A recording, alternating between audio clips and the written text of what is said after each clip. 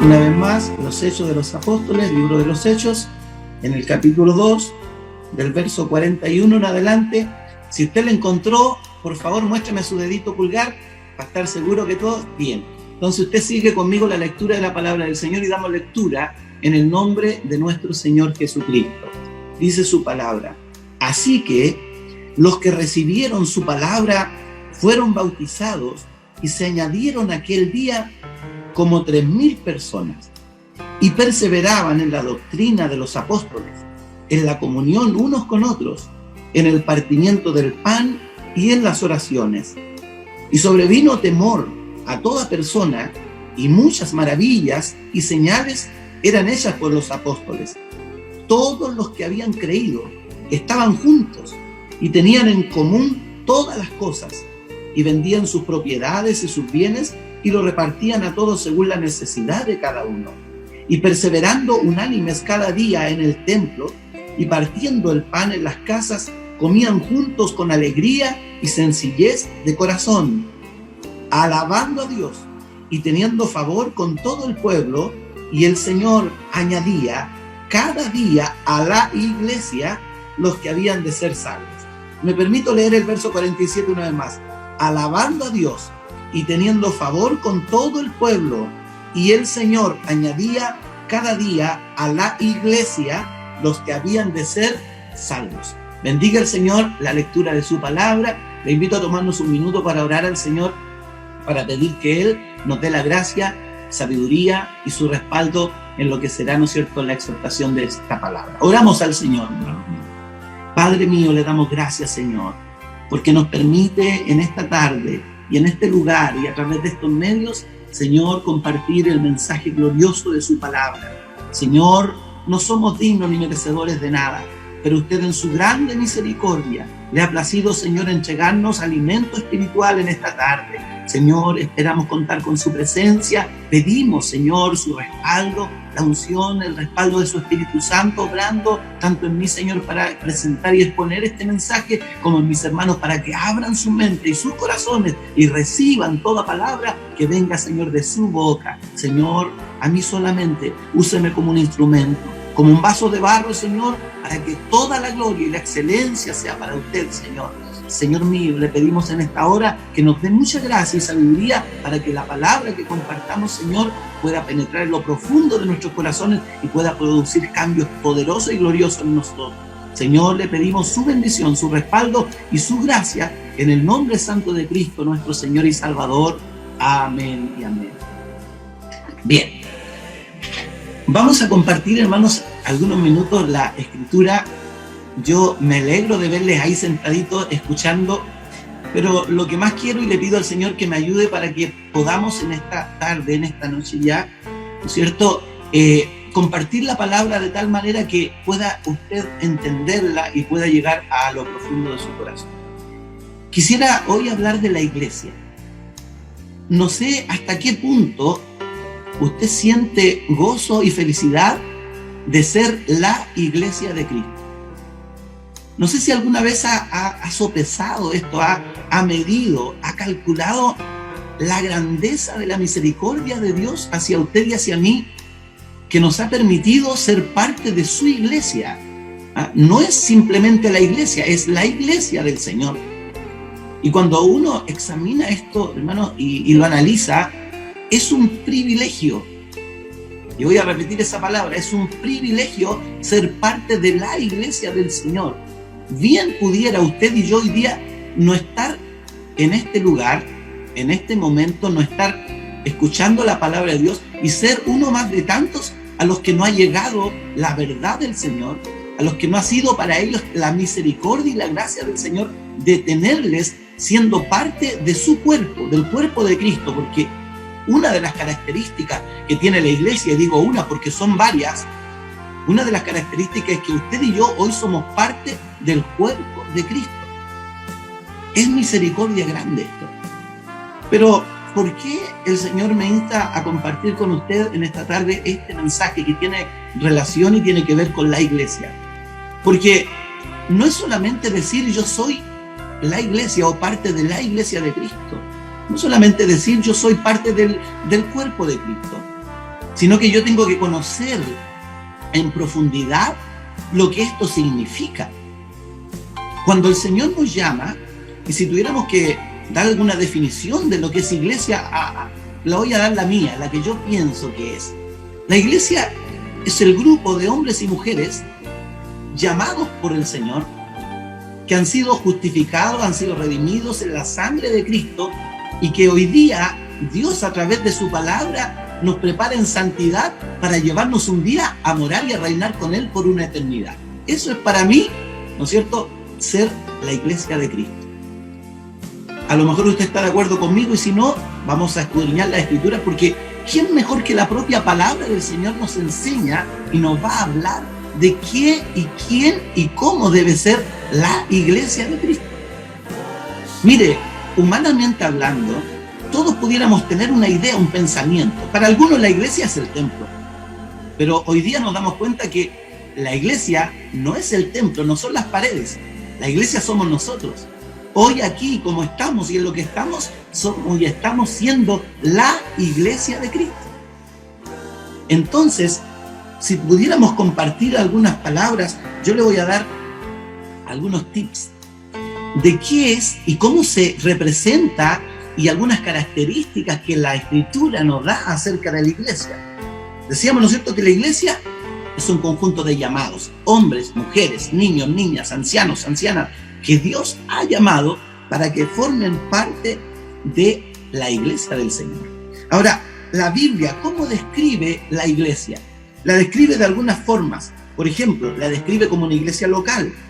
Si usted se va al libro de los Hechos, en el capítulo 8, verso 1, se va a dar cuenta que había la iglesia de, ¿no es cierto?, Jerusalén, ¿ya? Pero también la Biblia describe la iglesia como iglesias en general, todas las iglesias. Además, el apóstol Pablo en más de una oportunidad dice, todas las iglesias te saludan, abarcando, ¿no es cierto?, ya una generalidad, pero de iglesias locales, pero que son varias, ¿ya? Pero que se componen de una sola, la iglesia de Cristo. También la Biblia describe, ¿no es cierto?, a la iglesia como creyentes reunidos, como usted y yo estamos ahora, creyentes reunidos. También la Biblia describe el cuerpo, la iglesia, como el cuerpo de creyentes. También la Biblia describe la iglesia como el cuerpo de Cristo, lo que conversamos. Todo esto tiene citas, pero yo le aburriría a lo mejor con darle todas estas citas: Romanos 16:4, Romanos 16:5, 1 Corintios 12:28. Eso, en esos pasajes, la Escritura describe la iglesia de diferentes formas. Ahora, hay títulos también que se le aplican a la iglesia, usted y yo siendo la iglesia, ¿ya? Estos títulos, ¿no es cierto?, usted lo ha escuchado por muchas oportunidades. Título aplicado a la iglesia: la esposa de Cristo, Efesios 5:22-32. El cuerpo también, el cuerpo que es uno, dice que es la iglesia, 1 Corintios. En Efesios también nos habla del cuerpo de Cristo. En Efesios 3:21 habla la iglesia. En Hechos 12:23 habla de la iglesia del primogénito. ¿Quién es el primogénito? Cristo el Señor. También en 1 Corintios 1:2 habla de la iglesia de Dios.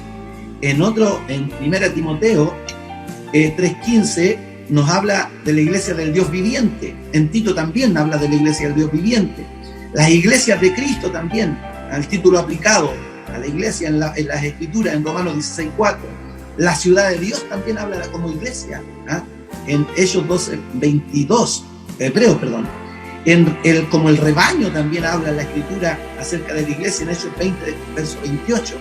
Como el rebaño de Dios también lo presenta el apóstol Pedro en 1 Pedro 5:2. Como edificio de Dios también se presenta la iglesia, 1 Corintios 3:9, y podíamos darle varias citas más. La iglesia representada, vista y caracterizada de diferentes maneras. Ahora, ¿qué relación tiene la iglesia, usted y yo, con Cristo? También lo especifica la Escritura. La iglesia fue salvada por Cristo, Efesios 5:25. La iglesia es santificada por Cristo, Efesios 5:26 y 27. La iglesia es fundada sobre la piedra angular que es Cristo, Efesios 2:19-20. La iglesia es edificada por Cristo, Mateo 16:18.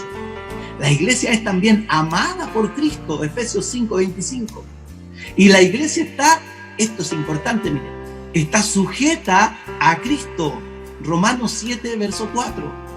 O sea, hay una relación de nosotros como iglesia con Cristo y esa relación es estrecha porque dependemos de Él, fuimos comprados por Él, fuimos salvados por Él, ¿no es cierto? Somos edificados por Él y somos amados por Él y además estamos sujetos a Él. La iglesia, hermanos, no es un ente que está en el aire volando y que cualquiera puede influirla o cualquiera la puede derribar, no. Es más, Cristo en un momento determinado, diciéndole a sus discípulos que sobre Él va a edificar la iglesia, ¿no es cierto? Y las fuerzas del Hades, de la muerte misma, del infierno, no prevalecerán contra su iglesia. ¿Por qué? Porque Él la sustenta, Él la protege. Eso es lo que es usted y soy yo hoy día. Hermanos, mire, a veces pensamos y decimos, hoy el enemigo nos ha jugado una mala pasada porque cerró nuestros templos. Sí, pero cerró nuestros templos, pero la iglesia sigue viva con todo el poder del Espíritu Santo que Cristo sustenta a través de Él. Porque acuérdese que Cristo dijo, yo me voy, pero voy a mandar el Consolador para que esté con ustedes.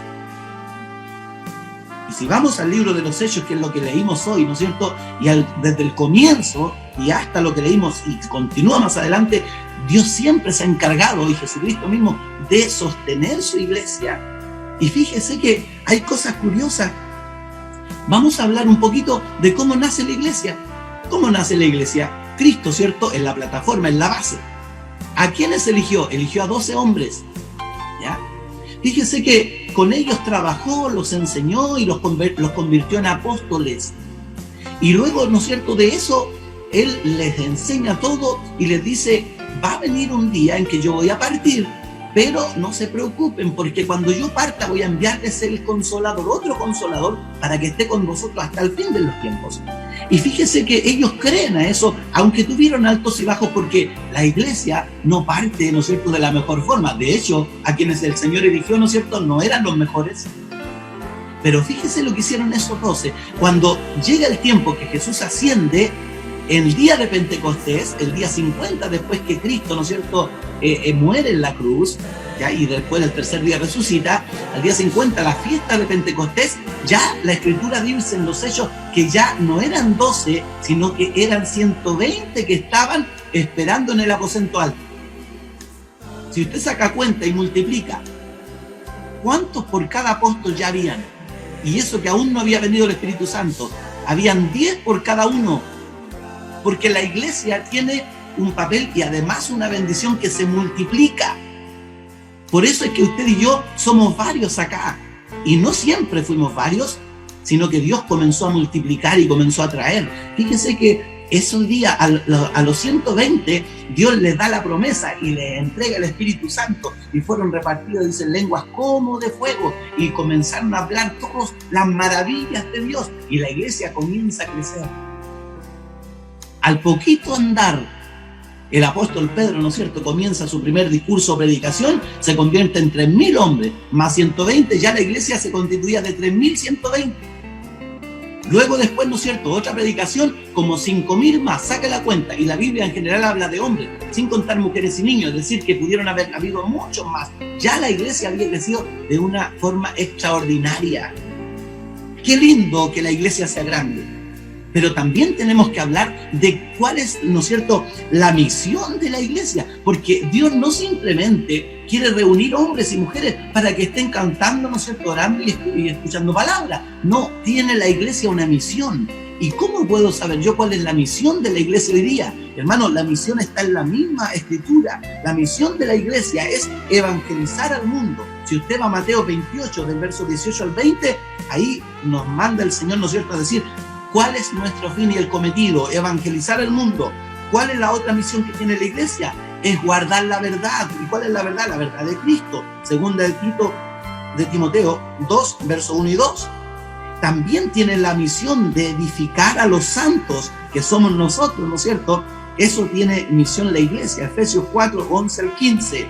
Y también fíjese que tiene otra misión la iglesia, y esta a lo mejor le va a gustar o no le va a gustar mucho a usted. La iglesia tiene la misión de disciplinar a los desordenados. Si alguien no me cree, busque 2 Corintios 13, del 1 al 10.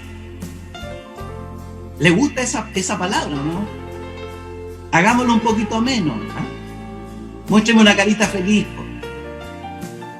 A mí me gusta, si yo también he sido disciplinado y todos los días soy disciplinado y estoy siendo enseñado por desordenado también.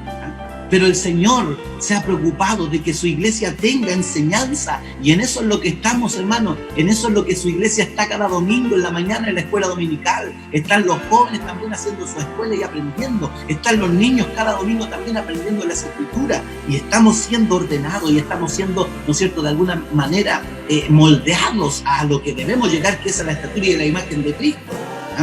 Entonces, hermanos, la iglesia tiene muchas características. No sé si alguna vez usted se había puesto a pensar cuál es el propósito que Dios tuvo con usted y conmigo para traernos. No simplemente el Señor nos trajo para ser un corista, no simplemente Dios nos trajo para ser un pastor, no simplemente Dios nos trajo para ser un número más dentro de una congregación. Tenemos misión y labor que cumplir. Entonces, mire, el Señor se ha encargado de aliviarnos el trabajo, y como la iglesia, si usted va a la escritura de lo que leímos, la iglesia se multiplicó en tan grande manera que ocurría un problema. Con multitudes es difícil enseñar, con multitudes es difícil de entregar la misión y hacer la misión, pero el Señor dijo, voy a hacerme de iglesias locales. Y ahí es donde ya comenzamos a caer usted y yo. Somos la iglesia de Dios, de Cristo, pero también somos una iglesia local. Entonces, quiero llegar ahora a compartir lo que leímos hoy, que es una de las características principales que la iglesia debe tener. Algún tiempo atrás, algún hermano nuestro predicaba, ¿no es cierto?, sobre el verso 42 de los Hechos del capítulo 2, que decía, y perseveraban en la doctrina de los apóstoles, en la comunión unos con otros, en el partimiento del pan y en las oraciones. Y aquí el Señor nos hablaba de que tenemos como iglesia cosas en común. No sé si usted recuerda que nos decía en la enseñanza que la iglesia tiene en común una fe. La fe en Cristo Jesús. La iglesia tiene en común la unidad, el sentido de hermanos. Por eso es que nos llamamos hermanos. Estamos unidos, estamos en comunión. Y no solo entre nosotros los hermanos, sino que en comunión con el Señor. De hecho, si no estamos en comunión nosotros, no podemos tener comunión con Dios. Eso lo enseña la Escritura. Y es más, Cristo mismo les enseñó a los apóstoles, enséñenle a la gente de que todos los que sean llamados, los que sean iglesia, tienen que ser uno, tienen que amarse. Como yo y el Padre nos amamos y somos uno, así también en eso conocerán que son mis discípulos. En que os améis los unos a otros. Y nos enseñaba también la Escritura que también estamos unidos como iglesia en la esperanza. ¿Esperanza de qué? Esperanza de la venida del Señor a buscar a su iglesia. Pero fíjese que había más características. La iglesia provocaba, en el comienzo, ¿no es cierto?, temor a toda persona. ¿Por qué? Porque en la iglesia eran hechas maravillas, eran hechas señales, habían milagros. Usted dirá hoy día, pero es que hoy día no se ve tanto eso. Hermano, usted y yo somos un milagro del Señor. El que usted y yo seamos hijos de Dios es un milagro, porque usted y yo no merecíamos esto. La gracia nos llegó y el milagro grande es, ¿cuál es? El que no mereciendo nada, Dios nos ha dado todo.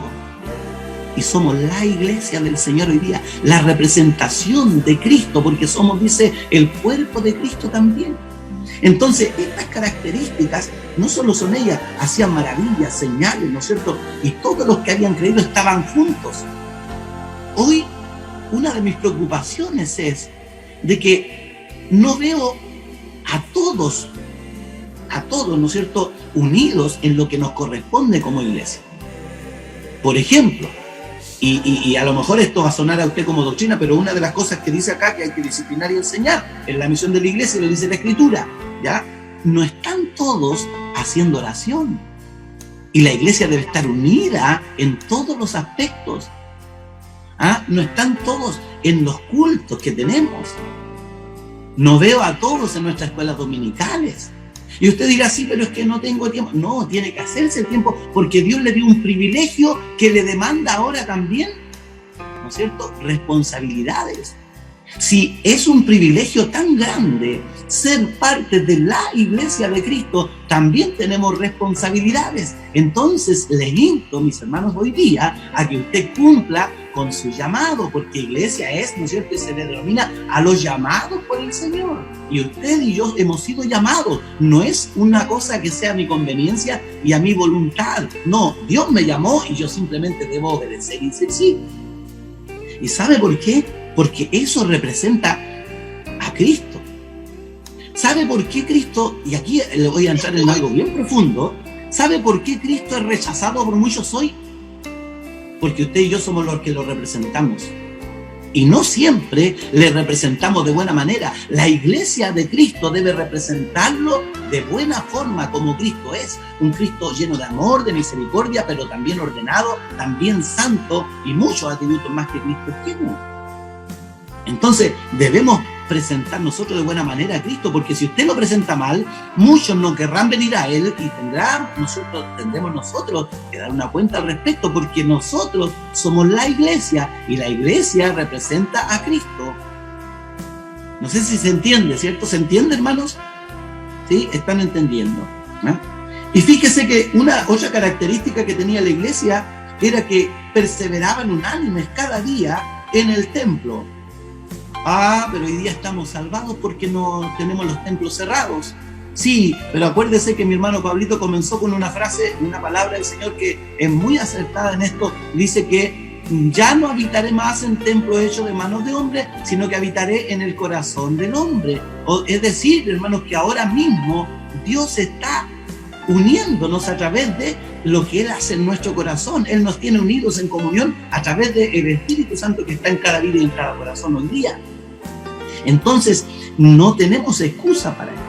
Y dice que partían el pan en las casas, comían juntos con alegría y sencillez de corazón. Todas estas cosas, hermanos, no podemos perderlas. Se preocupaban de los demás. Yo sé que estamos viviendo tiempos, hermano, en que hay muchas preocupaciones en la iglesia del Señor. Preocupaciones sobre el futuro, el mañana, qué va a ser. Hermano, no se preocupe usted. Si usted es un hijo de Dios y es parte de la iglesia del Señor, Cristo dijo, las fuerzas del Hades, aún el infierno, no prevalecerá contra su iglesia. ¿Por qué? Porque la iglesia del Señor es protegida por el Señor, así como es construida por el Señor, así como es solidificada en Cristo Jesús, así también es suplida por el Señor. No se preocupe usted de lo que le corresponde al Señor, preocúpese de lo que le corresponde a usted y lo que me corresponde a mí. ¿Y qué es lo que me corresponde a mí? Representar bien a Cristo Jesús. Esa yo creo que es la principal labor de la iglesia. ¿Ya?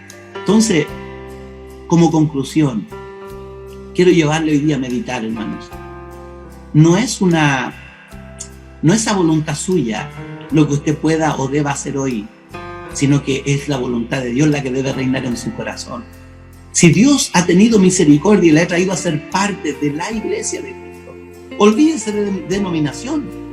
De hecho, acá tenemos hermanos, ¿no es cierto?, que están bien lejos de nuestra iglesia, pero que hoy están conectados con nosotros. Somos una iglesia en el Señor, pero la iglesia del Señor tiene que estar en unidad.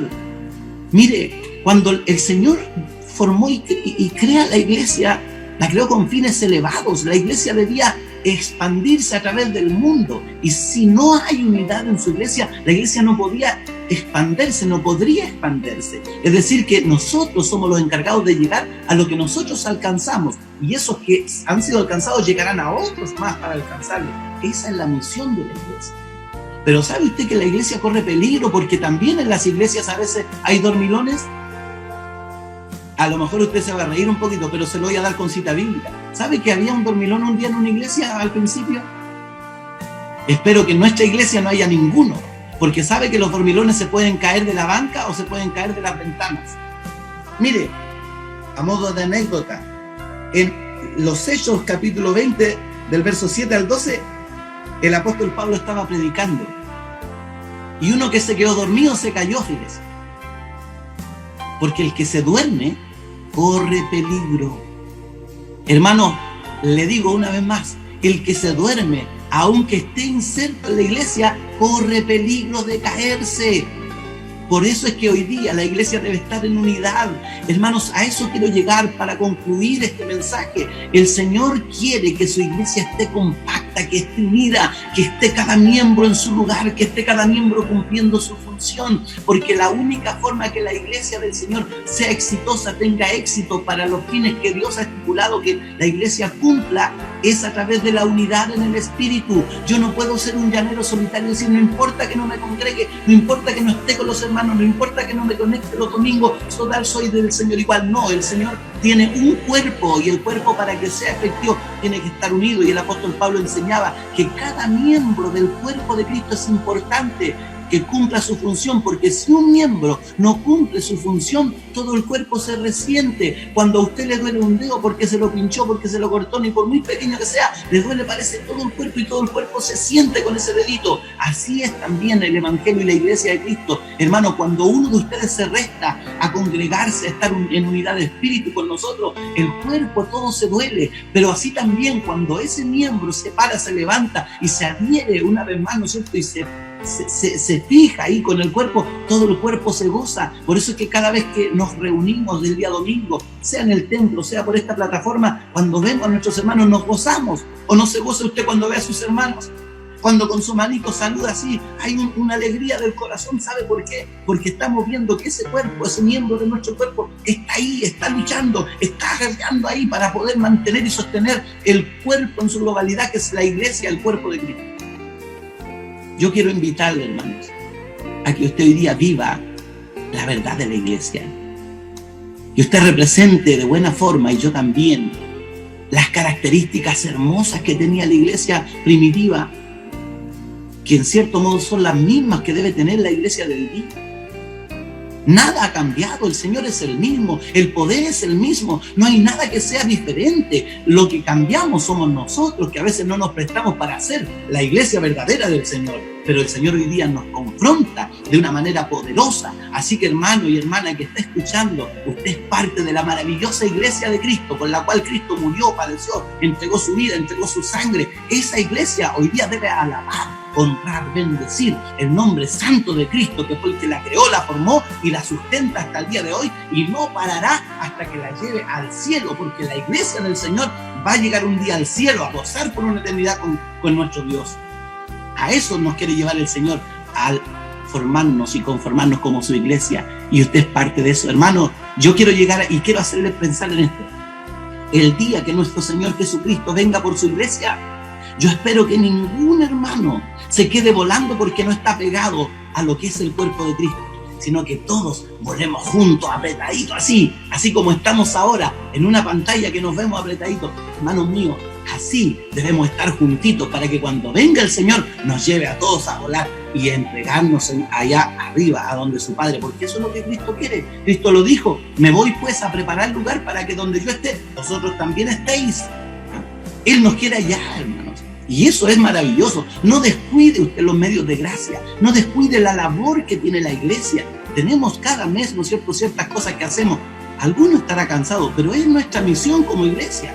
Y fíjese que al principio la iglesia primitiva tenía otro sistema, que con el tiempo, por lo que se agrandó y creció la iglesia, no pudo continuar el mismo sistema. Pero aún hoy día el Señor tiene sistemas en los cuales podemos bendecir la iglesia, bendecir a nuestros hermanos, estar unidos ahí, compenetrados en lo que nos corresponde. Yo les reto, hermano, y les exhorto, y además les animo a que seamos la iglesia del Señor, una iglesia de la cual el Señor se sienta orgulloso y se sienta contento, y que Él nos respalde también a través de su gracia, porque estamos cumpliendo bien nuestro papel y nuestro propósito. Y por último decirle que ojalá que entre nosotros no haya ninguno de esos que se queda dormido en la ventana, porque se puede caer. Y no es bueno que se caiga porque aún puede morir. Más bien, estemos vivitos ahí, ojalá en primera línea, enfrente, como le veo yo a usted ahora, sirviendo al Señor, amándole y dándole gracias porque nos ha permitido el privilegio de ser parte de la iglesia de Cristo. Quiero invitarle a orar, iglesia, que pidamos y demos gracias al Señor, porque Él nos ha considerado cuando para el mundo no valíamos nada, para el Señor valimos, porque nos trajo a ser parte de su propio cuerpo, y eso hay que agradecerlo. Oremos al Señor. Bendito Dios, Padre de misericordia, te alabamos, Señor, te glorificamos tu santo nombre, porque nos permite ser la iglesia, tu iglesia, esa iglesia, Señor, que fue comprada a precio de sangre, que fue lavada con la sangre bendita de su Hijo. Señor, damos gracias porque hoy día podemos tener este concepto, Señor, claro de lo que es la iglesia. Y si algo no tenemos claro, la Escritura nos habla verdad, nos enseña, Señor, y nos dice cómo y qué debemos hacer como la iglesia suya. Señor, permítanos ser, Señor, obedientes a su mandato, ser obedientes a su llamado. Hoy usted, Señor, a través de su palabra nos hace un llamado potente, que representemos bien este cuerpo suyo, Señor. Y yo quiero con todo mi corazón ser fiel reflejo y representante de lo que es la iglesia suya. Señor, permítanos tener las características de Cristo, de su Hijo. Permítanos tener amor hacia los demás. Permítanos preocupación por los demás. Permítanos estar al pendiente, Señor, de cómo podemos bendecir también a otros. Permítanos tener también esta capacidad de entender que su evangelio, su gracia bendita, tiene que llegar a muchos más. Señor, gracias porque hoy día usted nos confronta y nos exhorta a través de su palabra. Señor, pido que cada corazón presente a través, Señor, de estas redes, Señor, pueda hoy día haberse sentido tocado y pueda también sentir el gozo y la alegría de tener este privilegio de ser parte de esta iglesia bendita que fue comprada por Cristo a precio de sangre y que también será un día llevada al cielo, Señor. Gracias, Padre, y esa es mi esperanza y espero que la esperanza de todos mis hermanos sea también esta. Adoramos, bendecimos y glorificamos su santo nombre como iglesia que somos, en unidad de espíritu, Señor.